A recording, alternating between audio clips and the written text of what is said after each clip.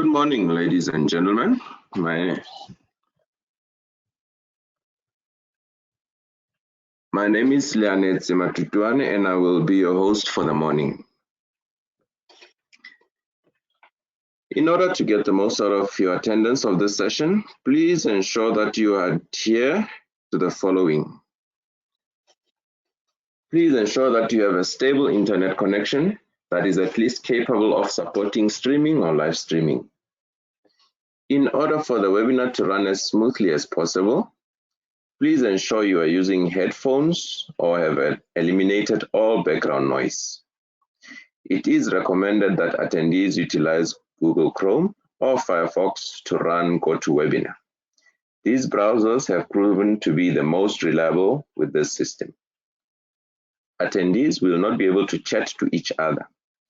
They will only be able to speak by using the questions area, and the questions appear to the presenters or organizers.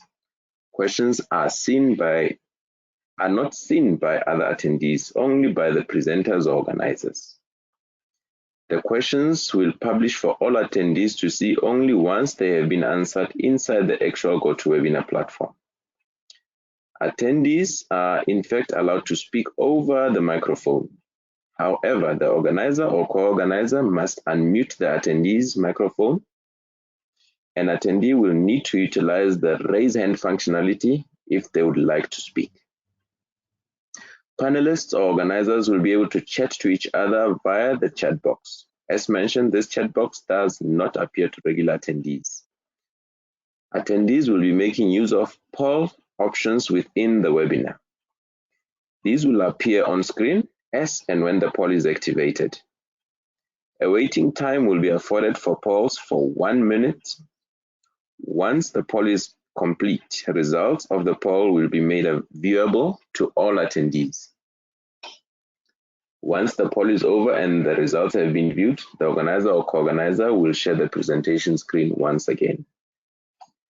The webinar control area has different drop-downs for the different areas of the webinar, that is chat, questions, polls, etc. To view one of those sections, there are two options to utilize: expand or contract via the arrow for that section, or pop out, which is a square with an arrow pointing out of it, which will show the section box separate from the rest of the sections in its own window.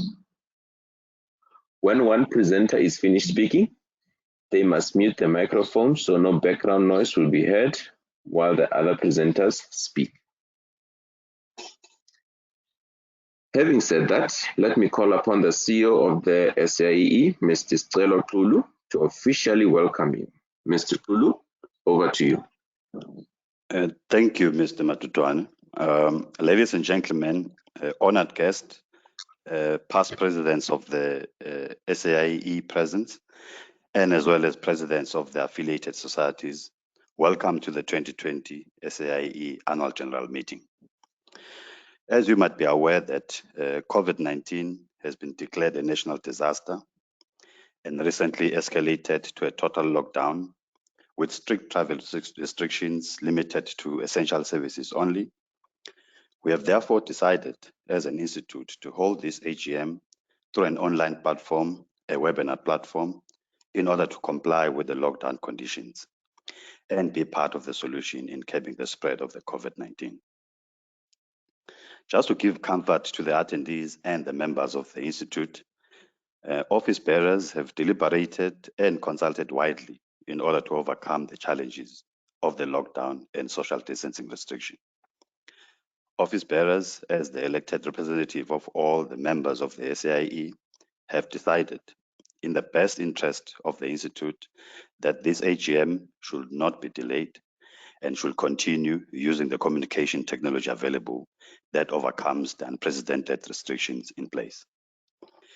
The SAIEE, in terms of its registration in 1909, is governed by its constitution and bylaws. This governance is understandably silent on the catering for the unprecedented, unique, and prevailing circumstances. To proceed with the AGM online, office bearers are satisfied that the process and agenda complies with, and that the SAIEE constitution and bylaws conditions have been met. Before I hand over to the President, Mr. George Debbo, I would like to firstly confirm the quorum. And I must say that based on our bylaws and the Constitution, the quorum of the AGM must consist at least of 30 members, of which the majority must be senior and fellow members. So I would like to call upon the senior and fellow members to raise their hands as per Mr. Matutwane's instructions earlier. And then he will then tally up the numbers of the fellows and senior members, and I'll then read them out to you, or he will then read them out to you. Then I'll proceed and ask for the President to address us. So can I then confirm the quorum by the raise of hand?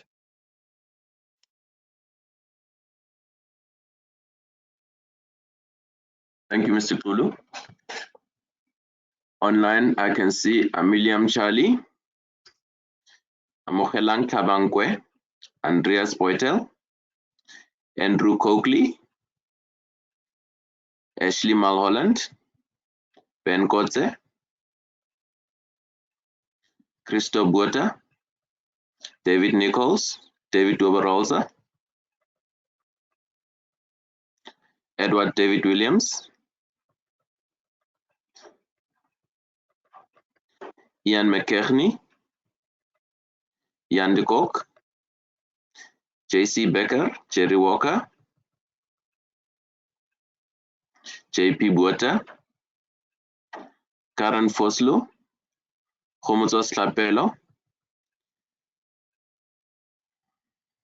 Janetz Matutwane, Louis Hall, Mbuyu Sumbwanyambe, Mike Parker, Monde Soni, Mzwelanga Sotwele, Pascal Motswaseli, Paul Kirchman, Pilani Ngema, Prudence Madiba, Robert Lobo, Shumani Madanda, Sydney, Ram Padile, Solani Buje, Stephen Koller,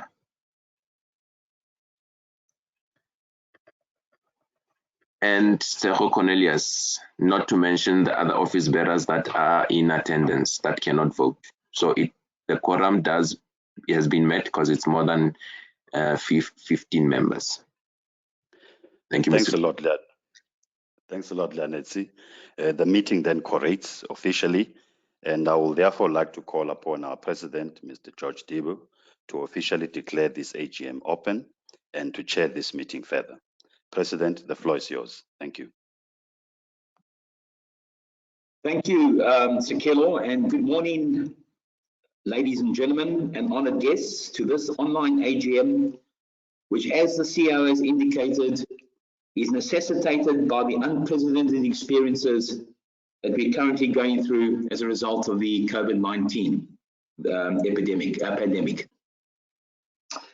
Those of you that attended my inaugural lecture last year would know that my theme for my presidential year was digital transformation, and that I proposed over a reasonable period of time that some of the Institute's operations be migrated or evolved onto a digital platform.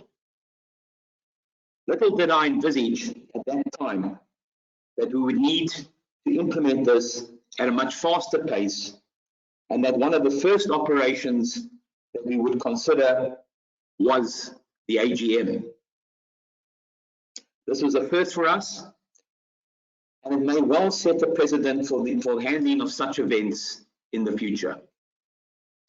With that, I'd like to proceed with the meeting, and the first item on the agenda is to approve the minutes of the Annual General Meeting that was held last year on the 28th of March 2019. These minutes have been tabled in two ways. They were part of the original email that you received for download, and they can also be downloaded off the handout section of this webinar.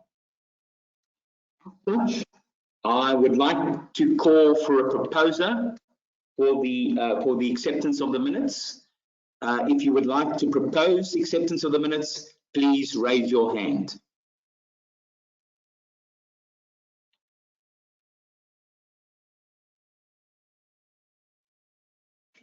Online, we have Andres Mpeta proposing. Thank you, Andres.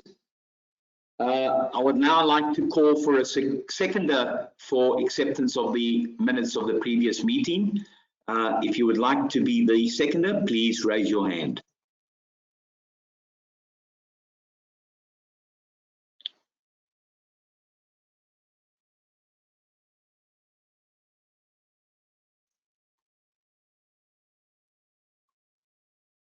Online, we have Mike Parker seconding. Thank you, Mike. I'm now going to call for a vote for acceptance or confirmation of the minutes. You will see that a screen has come up. You have three methods or three possibilities. One is yes to approve the minutes. Two is no, you oppose the minutes, or you can elect to abstain. We will give you 1 minute to vote.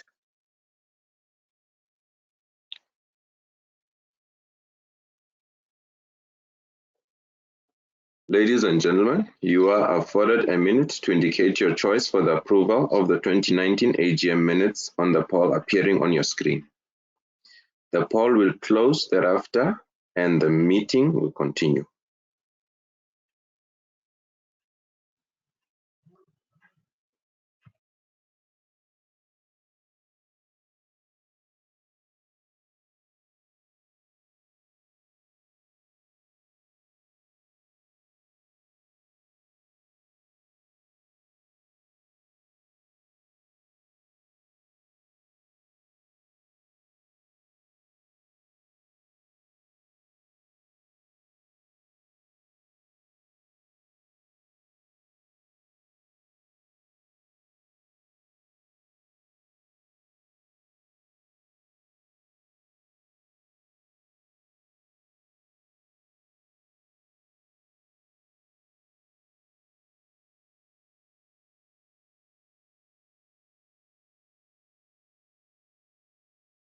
Thank you.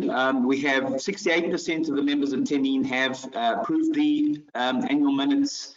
32% decided to abstain. The minutes of the annual general meeting held on the 28th of March 2019 are hereby approved. Thank you. We now move to item 2 on the agenda, which is the annual report and statement of accounts for 2019. The first item under there is the presentation of the President's report.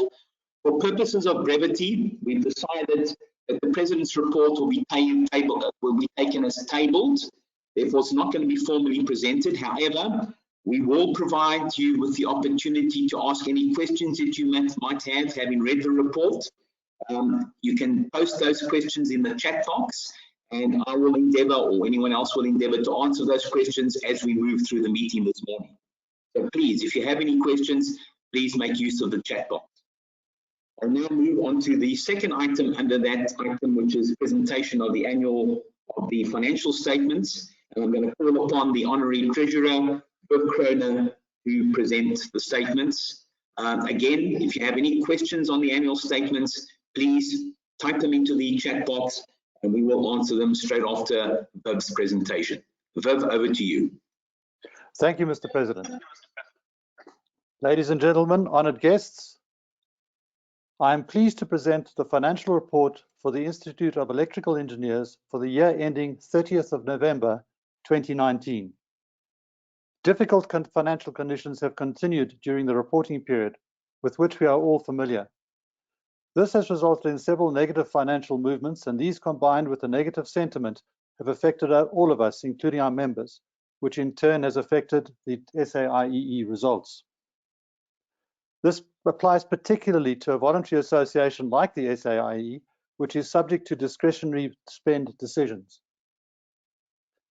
The financial statements for the 12-month period ending 30th of November 2019 appear at the end of the annual report, which you can download. The balance sheet on page 4 of the statements shows that the total assets under SAIEE control have decreased in the last year by 3% to 46,656,000. This change is in line with the operational deficit of 2.9 million. And this result is due to two major areas: the lower membership revenue and a deficit from the recent national conference. Membership subscriptions have decreased slightly by 0.74%, while entrance fees have increased by 63%. The total revenue for 2019 decreased by 2% to 7.65 million, and this is particularly concerning and is due to lower membership fees and reduced continuing professional development profit.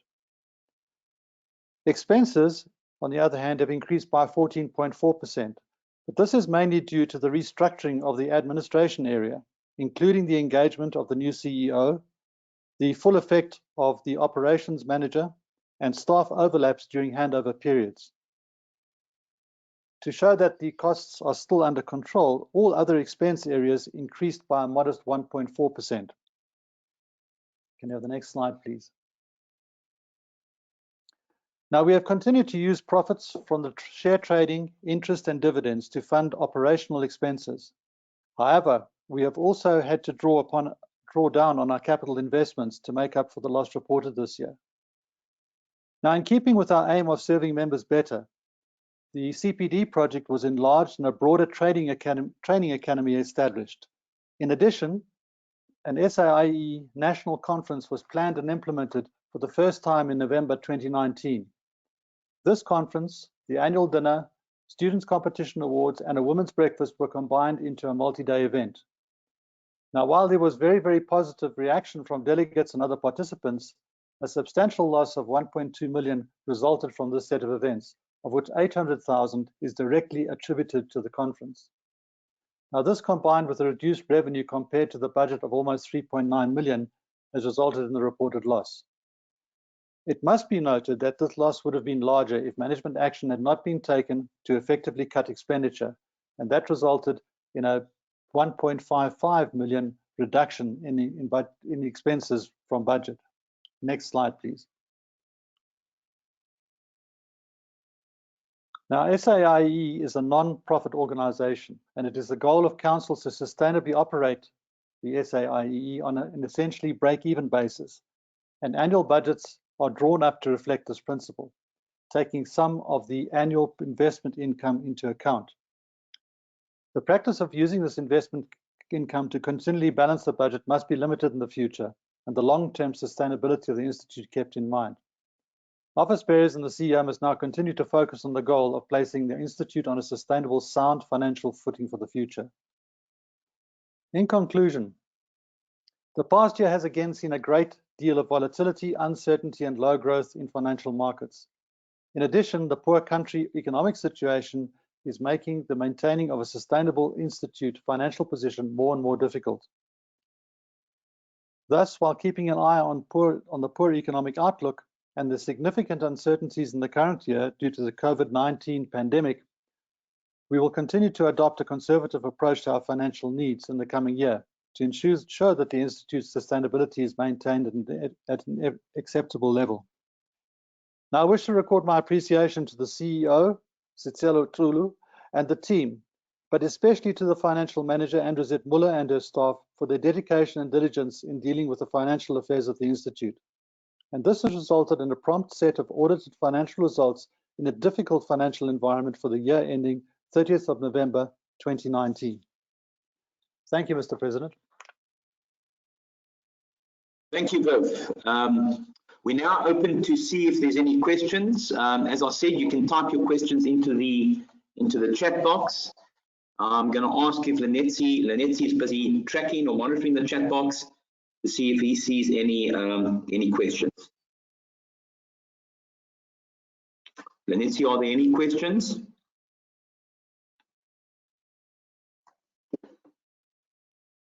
Thank you, President. The question I have here is from Veer Ramnarang. It says, can you advise on the reason for the 343 members that were struck off?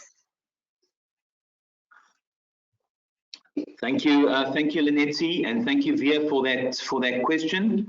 Viv, can you have you heard the question? Can you answer, please? Yes, I can, Mr. President. The main reason for striking off members is non-payment of subscriptions, and we generally take a very concessionary approach to this. So it goes through a whole process before we actually do strike off members. There is, first of all, an attempt to contact them. and in many cases they are uncontactable. What we then do is publish the list to our members so that they can look through and see if any of their colleagues and friends are on that list that we can't contact, to try and give up-to-date contact information.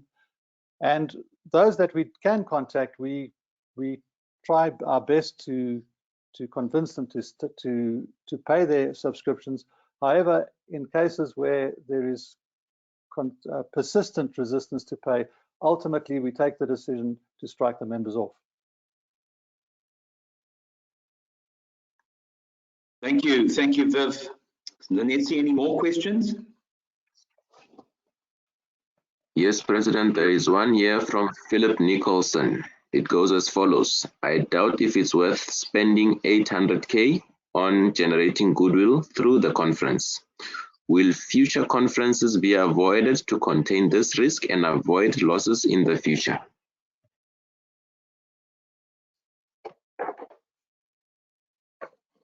I'll take that question. Thanks, Nanetsi. Viv, do you want to take that question, or would you like one of the other office bearers to handle it? I can volunteer if you want me to, because I know well what the reasons are. Yes, please.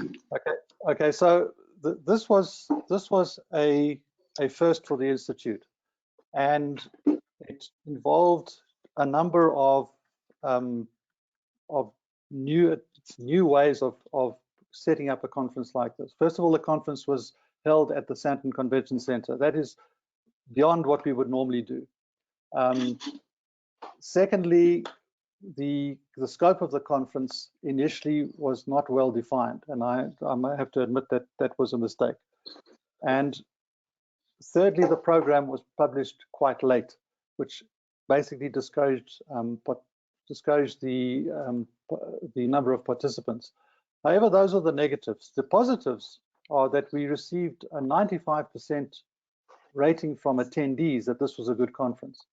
And because of that, we believe that we can make this not only a success technically, but also a success financially. And we have learned a lot from setting up this conference. We've learned a lot of putting everything together in a multi-day event.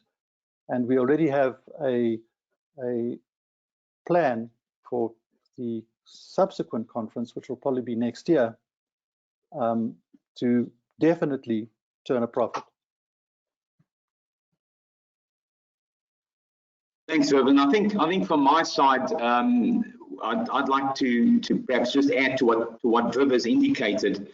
There was a lot of learnings that we gained from this particular conference, and one of the things, as Viv indicated, was the time that we had to plan for it, and that's something that we have taken into account for the next conference. And that is one of the reasons why we decided not to hold another conference in 2020, but to postpone it to 2021. That was part of the reason for making that decision to postpone. We also have agreed that the next conference that we hold will be a full peer-reviewed conference, with a blend of industrial or industry incorporation as well, in order to drive the economic side of it, but also to make it, to bring it back more to the Institute's main drive, which is to drive the academic side of our profession. And so the next conference is going to be a fully peer-reviewed conference, which will allow much greater involvement from our academic community. Nanetsi, are there any more questions? Yes, President, there are three. They are related to the same thing, which is the conference. The first one is from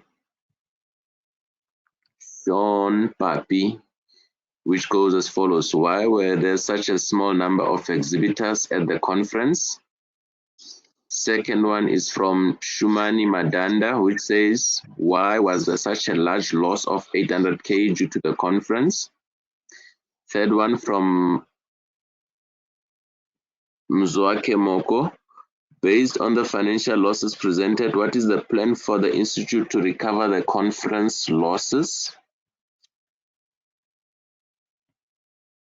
And fourth one from Philip Nicholson, only 350 attendees. I think future conferences of this type should be put to the vote by members. This should not be a council decision. Financial risk in the current climate is too high. Members need pauses, not a conference. And fifth one from Tabo Maruleke, which says the conference will greatly assist in increasing the membership, as a lot of engineers don't see the need to be SAIEE members. The question is, what more is the council doing to retain members and to attract new members? I will stop there, President. Okay. All right. I think a lot of the questions that were asked around the conference we have covered. The reason why we didn't have enough exhibitors is simply because I think the environment or the time wasn't right for a lot of the exhibitors to sign up.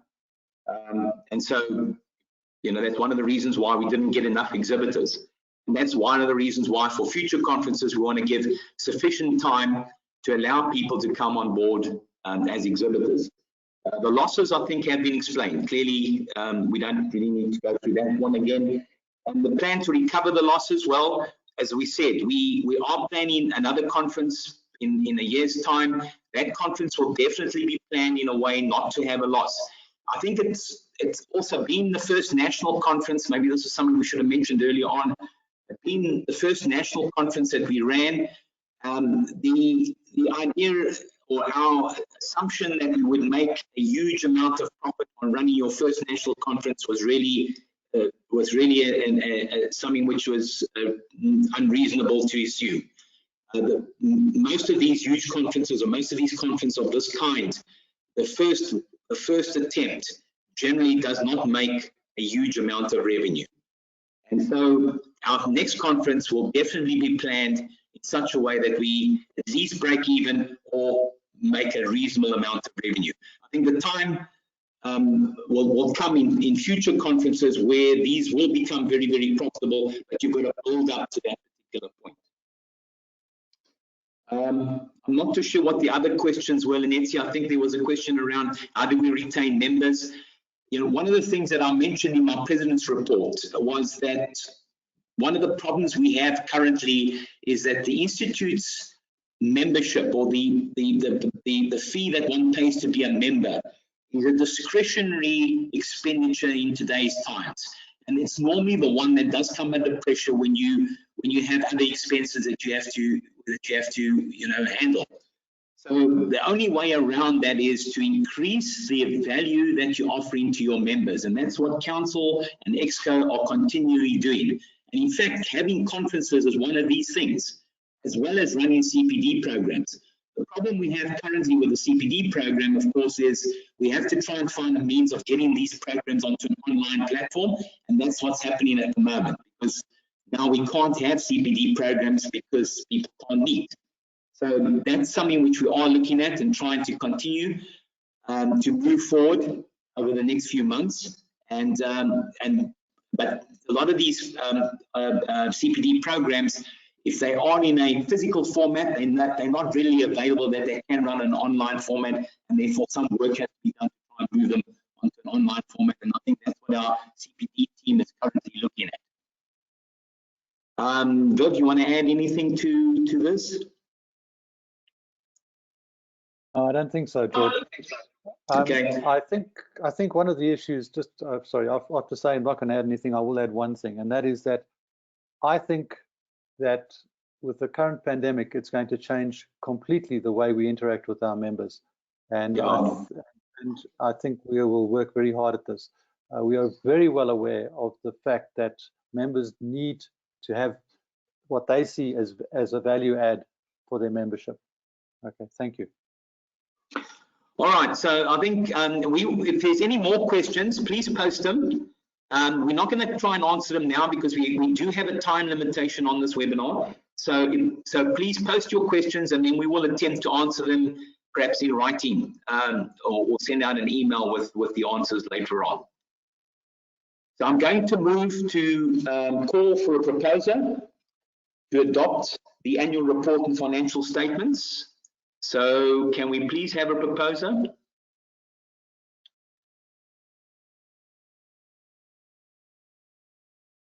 Present online, we have Prudence Madiba as a proposer.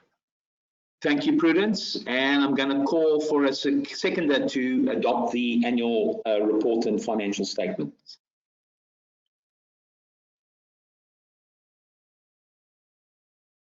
Online, we have TC Madikane as a seconder. Thank you, TC. We're now going to call for a vote. As you've seen in the previous round, the screen will come up where you can say yes if you accept the annual report, no if you do not want to accept it, abstain if you want to abstain. You will have now a minute to do this.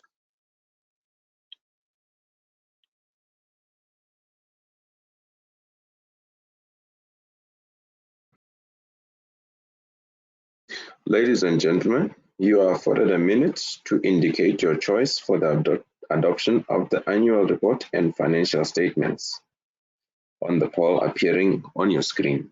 The poll will close thereafter and the meeting will continue. You are afforded a minute to indicate your choice.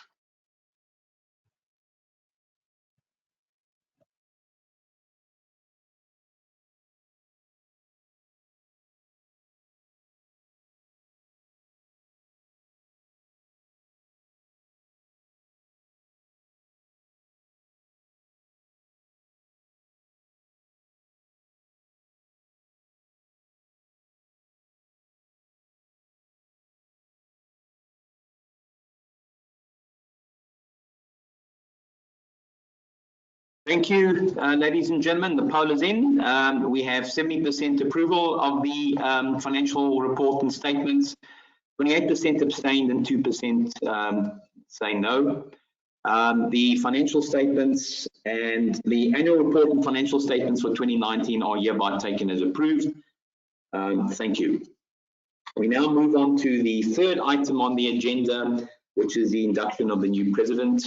I'm going to read out SAIEE Gourrah's curriculum vitae.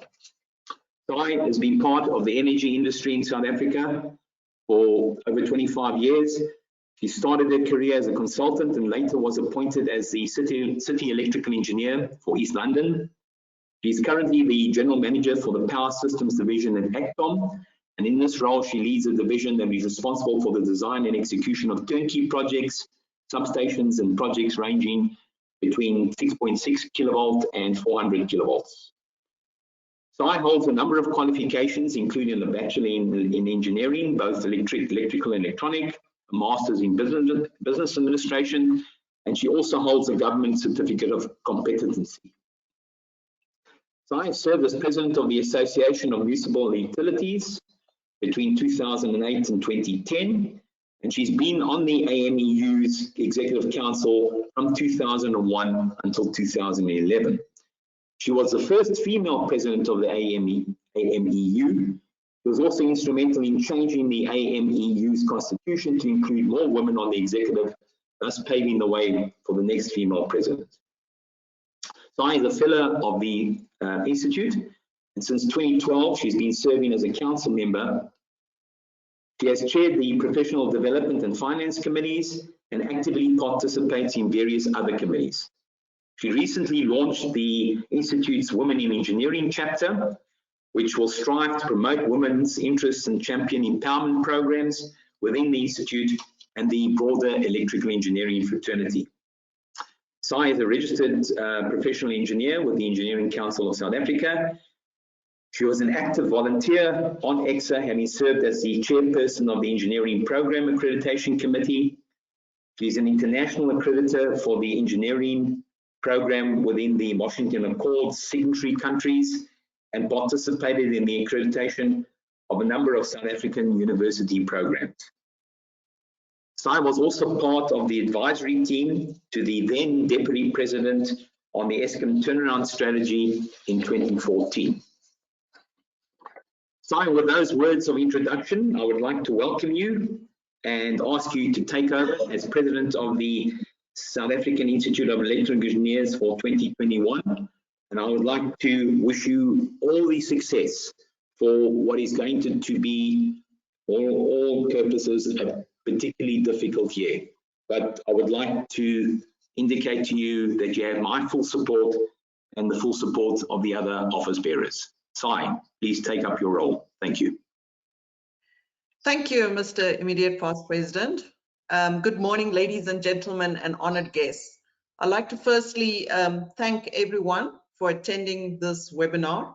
And I would like to thank especially the office bearers, executive council, members and admin for my induction as the president of the SAIEE. It is indeed an honor to lead this institution. I'd also like to, at this stage, acknowledge my company, Actum in particular, Andries, Mervyn and Sabran, for their constant support in my involvement with the SAIEE, my family and friends for their constant support and encouragement, my mentors and everyone that has played a part in developing me for this position. I thank you. I would like to now move on to item 4 of the agenda, which is a vote of thanks to the retiring president. I'd like to propose a vote of thanks to the retiring president, Mr. George Debbo, under whose leadership we at the SAIEE have built on and excelled in many service areas of the Institute. It is indeed a pleasure to have worked with you for the last couple of years, and your valuable service as a volunteer is unmeasurable. We have valued your insights and guidance, which you've provided the Institute, even through the turbulent times. Your expertise, experience, and wisdom has helped us face the many adversities. We have often been guided by your insights. Your hard work and dedication is commendable, and so has your continuous support. Your contribution to the Institute is sincerely appreciated. And on behalf of the Institute, I'd like to thank you for your time and express our gratitude for your term of office, Mr. Debbo. But I don't think I'm going to let you off the hook immediately as yet. I think we still got a long way to go. But I'd also like to take this opportunity to thank Mrs. Sharon Stovia for her continuous support and contribution in the last year, be it at the fundraisers or at the various events and functions of the Institute. You've been a constant support to our immediate past president in his tenure as the president of the Institute, of which I'm sure you can attest is not an easy road. For with its difficulties and challenges, you have stood by him. And I once again, on behalf of the Institute and myself, would like to thank you for your continued support. You will have to teach my husband a thing or two. Thank you once again.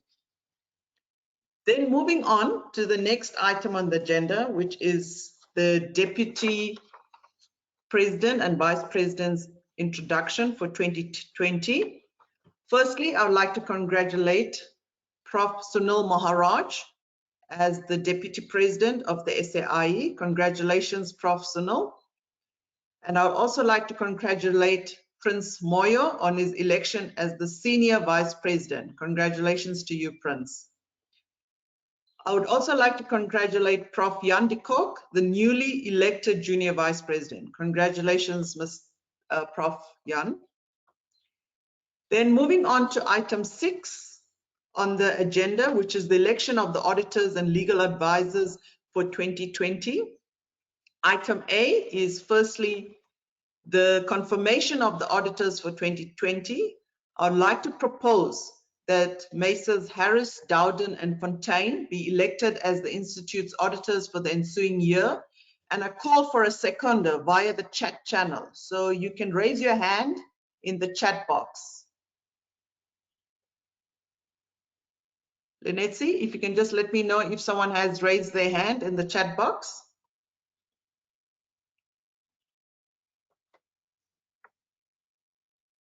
Thank you, President. Pascal Mutwaseli has raised his hand. Thank you, Pascal. Moving on to the next part, it's to propose the auditors for 2020. I would like to propose that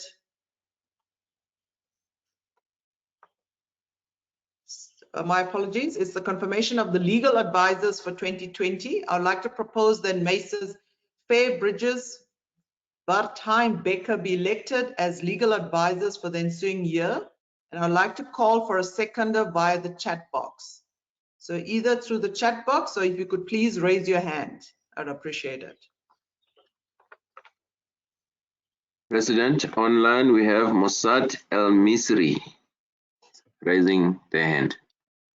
Thank you for that. Moving on to the next item, which is item 7 on the agenda, the authorization to invest in equities. I would like to propose that Council be authorized to continue to invest in equities with the 3 main investment houses, namely Nedbank, Investec, and Sanlam. And I would like to call for a proposer or seconder via the chat channel. If you could just raise your hand, please.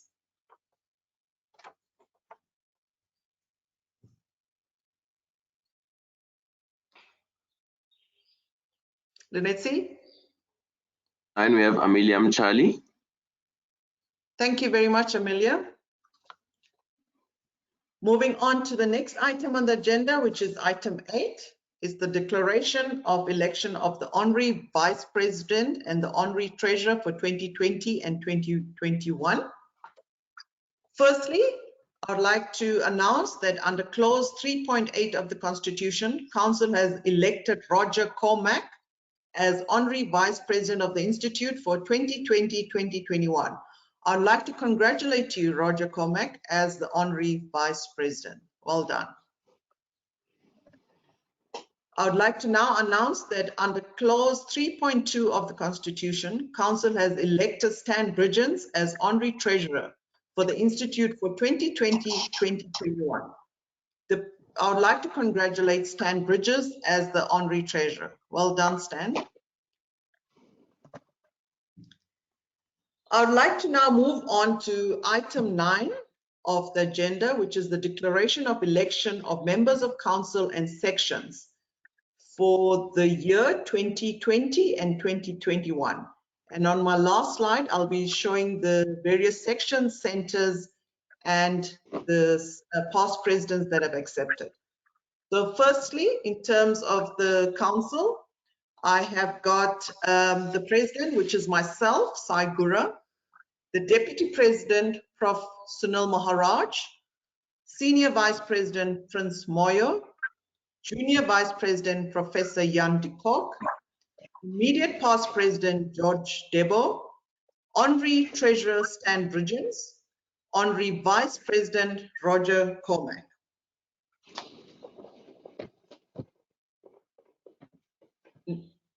Then we have the fellows of council for this year, being Jan Busson Street, Professor Jerry Walker, Tom Eichbaum, Terry Lawrenson, Colin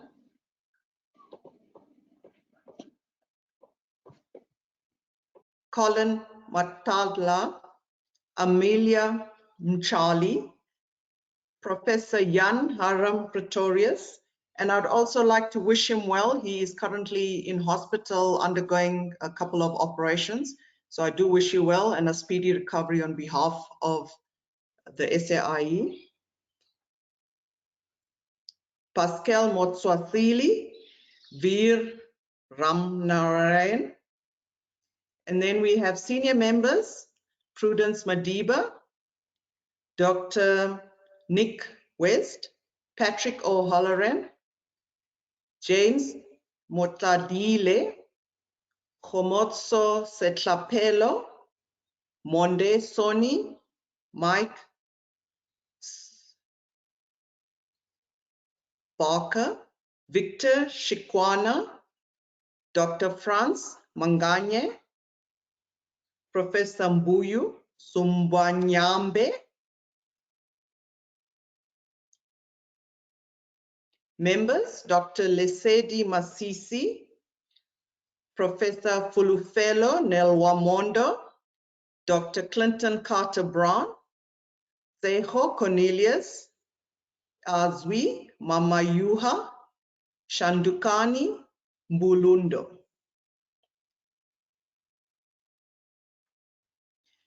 Then under the chairpersons of the sections and centers, rotating machine section, we have Jabulani Bembe. Power and energy section, we have Kabile Ntombela. Electronics and software sections, William Stuckey. Historical section, Max Clark. Western Cape Center, Heinrich Rudman. KwaZulu-Natal Center, J. Kaliturian. Southern Cape Centre, Steyn van der Merwe. Mpumalanga Centre, Nicholas Smith. Eastern Cape Centre, Simpiwe Mbanga. Free State Centre, Joseph George. Vaal Centre, Carlisle Sampson. Central Gauteng Centre, Nduduzo Kumalo. Northern Cape Centre, Ben Mabizela. The past presidents who have accepted invitation to serve on council are Stan Bridgens, John Gosling, Viv Kroner, Mike Crouch, Paul van Niekerk, Andries Mutetwa, Dr. Pat Naidu, TC Madikane, Dr. Angus Hay, Ian McKechnie, Jacob Machinchinke, Dr. Henry Geldenhuys. Phew, that was a lot of pronunciations, but I hope I got all those surnames right. Moving on to the last two items of the agenda. The first one is general business. I'd like to ask if there are any questions which anyone would like to raise under general business. Please use the chat box.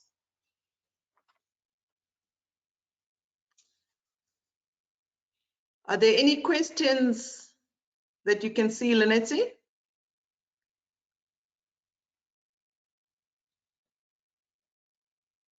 Thank you, President. The one from Prince Moyo says, for minuting purposes, please record seconding as Prof. Mossad El Misri. And moving on to others, I notice. Noted. Okay, this one is from Ongesi Genu. I noticed that SAIEE last year took a resolution to invest in equities. Was this eventually done? What level of detail is SAIEE able to share with members as to its investment strategy and portfolio holdings, etc.? I guess this pertains to the financial statements.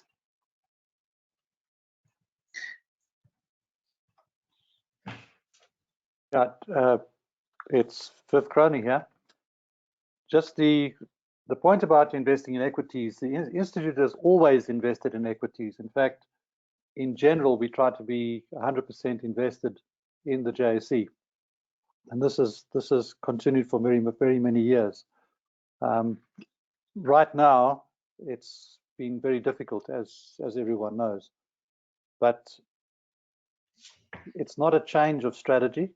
What we have done is that over the years we've changed investment advisors and moved that around. But in general, the investment strategy of the Institute has not changed for the last 20 or 30 years.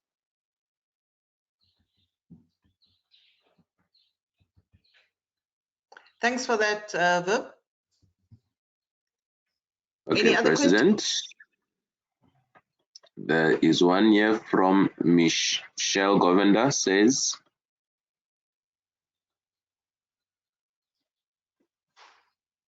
This is a comment and suggestion. I agree with Mr. Debbo. Part of moving forward is making mistakes and learning. If we stop now, we may never have the opportunity to learn from the experience. Suggestion: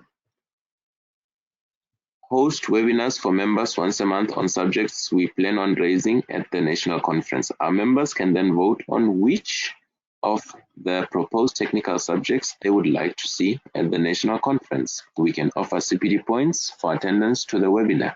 We could charge a small attendance fee for the webinar. Thank you for that, Michelle. We definitely are looking at those options. Now that we've got the webinar platform, we've literally licensed 2 platforms. So we are going to be using both platforms to ensure that we do have webinars. We are working together with Mike Barker to try and see if we can do a monthly webinar, but it's something that we are working on. And because we've postponed the conference to next year, does not mean that we've stopped work behind the scenes. We've still got the conference committee going, and we definitely will take your comment into consideration. Thank you for that.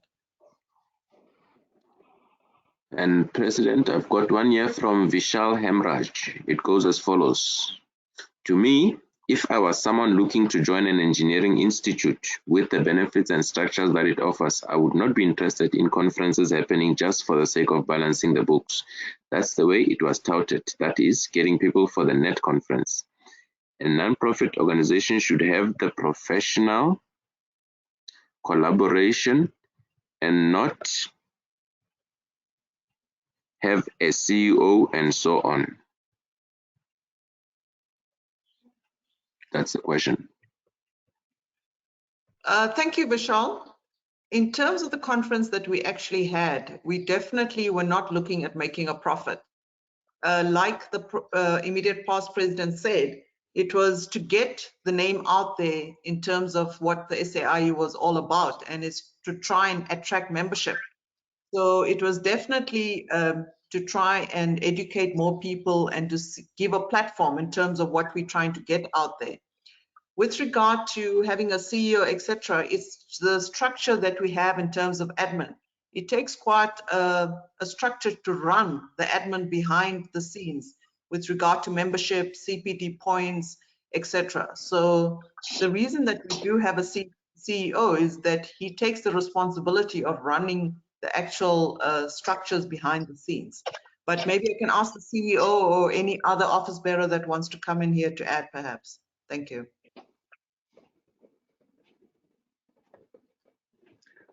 All right. I have another question here, President.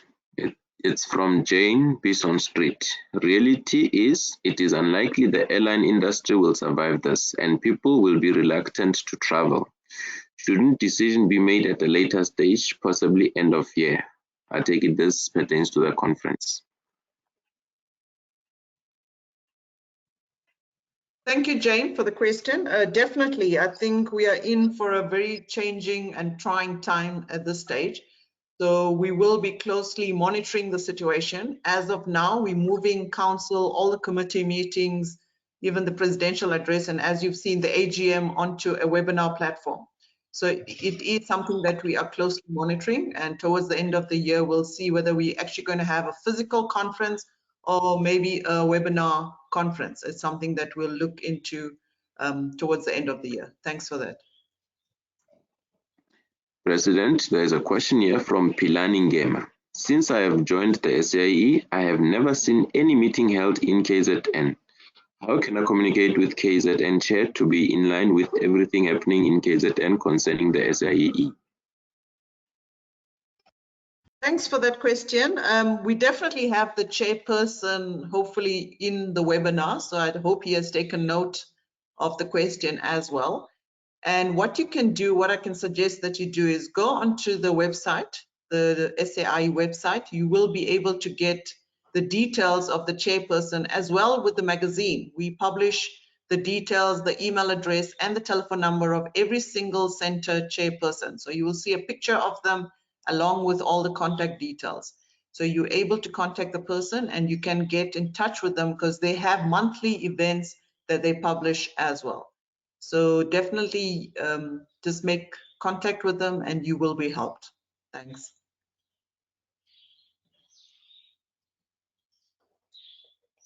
President, we have another question here from Muhammad Foraji. It goes as follows. What is the responsibilities of Honorary Vice President and Honorary Treasurer compared to the Vice President and Treasurer?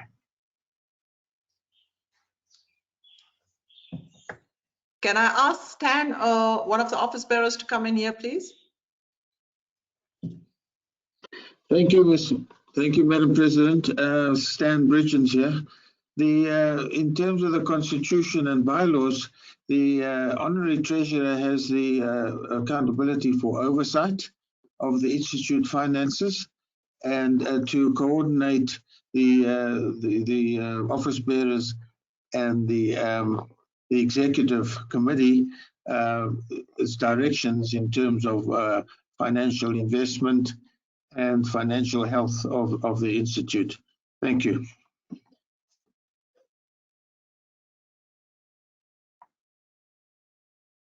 Then we have a question here from Strelo Mabuza.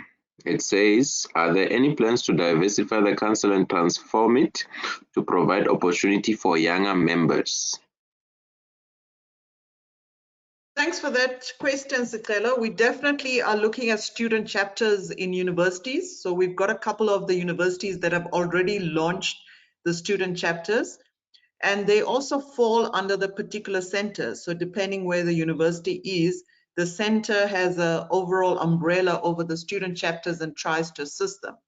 A lot of our talks and visits to the various sites tries to incorporate the students as well, so that it is literally an outing where you can go and see what you're actually studying about. In terms of younger members, we definitely encourage you to join the SAIEE, and we try and keep you engaged through webinars as well as ST talks. So we are looking at encouraging particularly younger members to join. And if you look at our council now, we are looking also at encouraging younger members to actually be part of council. So we are bringing in new blood into the different committees and to different councils as well. Thank you. Mr. President, if I could just add to that, perhaps, this is George Debbo, the immediate past president. Council is an elected body, and as such, in order to come up for election or to be nominated, or people need to be nominated in order to be elected. So in order to change the constitution and the diversity of council, we need to have more younger people nominated to stand for election. That's the one way of changing the actual setup and the actual constitution of the council. So I call on members to, if you would like to serve, if you'd like to be part of council in order to change its constitution, its makeup and diversity, then please accept or put yourself up for nomination.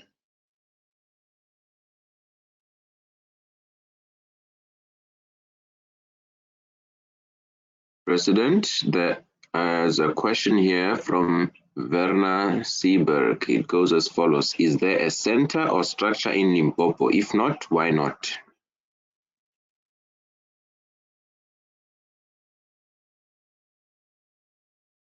Thank you for the question. Can someone help me in terms of Limpopo, which center it falls under? Renetsi? There is currently no center in Limpopo. However, we can get hold of Werner and we can try and establish one with his help. There are guidelines in terms of establishing a center. So Werner, we can actually assist in terms of getting a center up and running there. So what I suggest is that you actually get hold of Lenetsi or myself after this meeting, and we can discuss the possibility of maybe starting a center there. The next one is from Stephen Mvuyana. May we please get the questions answered in writing due to the time limit? And the next one is from Shumani Madanda. Can you please get a record on the lessons learned from the 800K lost on the conference? Noted.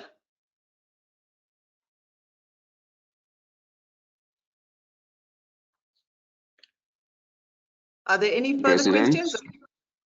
There is it's a comment here. It says,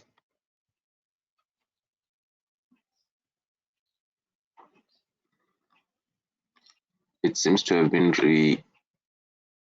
oh yes, it's a comment from Ruford Julie. It goes, thanks for hosting the AGM via webinar. Easier to attend. Please consider persisting with this, even after the COVID-19 pandemic. Thanks very much for that comment. Definitely, we're going to be looking at this. I think we've had a record attendance in terms of the AGM. We're looking at about 153 people currently attending. So we're definitely going to look at this as a platform into the future. And what is really going to be interesting, and I'm going to come to it, is that we're going to do the presidential address one go. So normally what would happen is the president actually visits all the centers.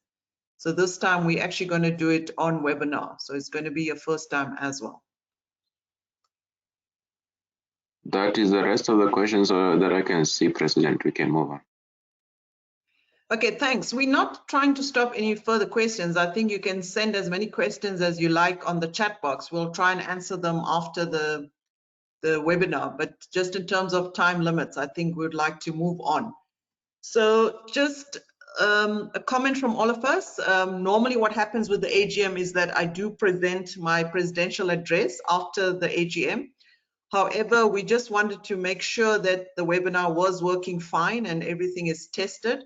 So we are proposing that next week on Tuesday, the 7th of April at 9 o'clock, we will be doing the presidential address to everybody. And we will be sending out links to you as soon as this one is completed. We just didn't want to confuse the AGM with the presidential address.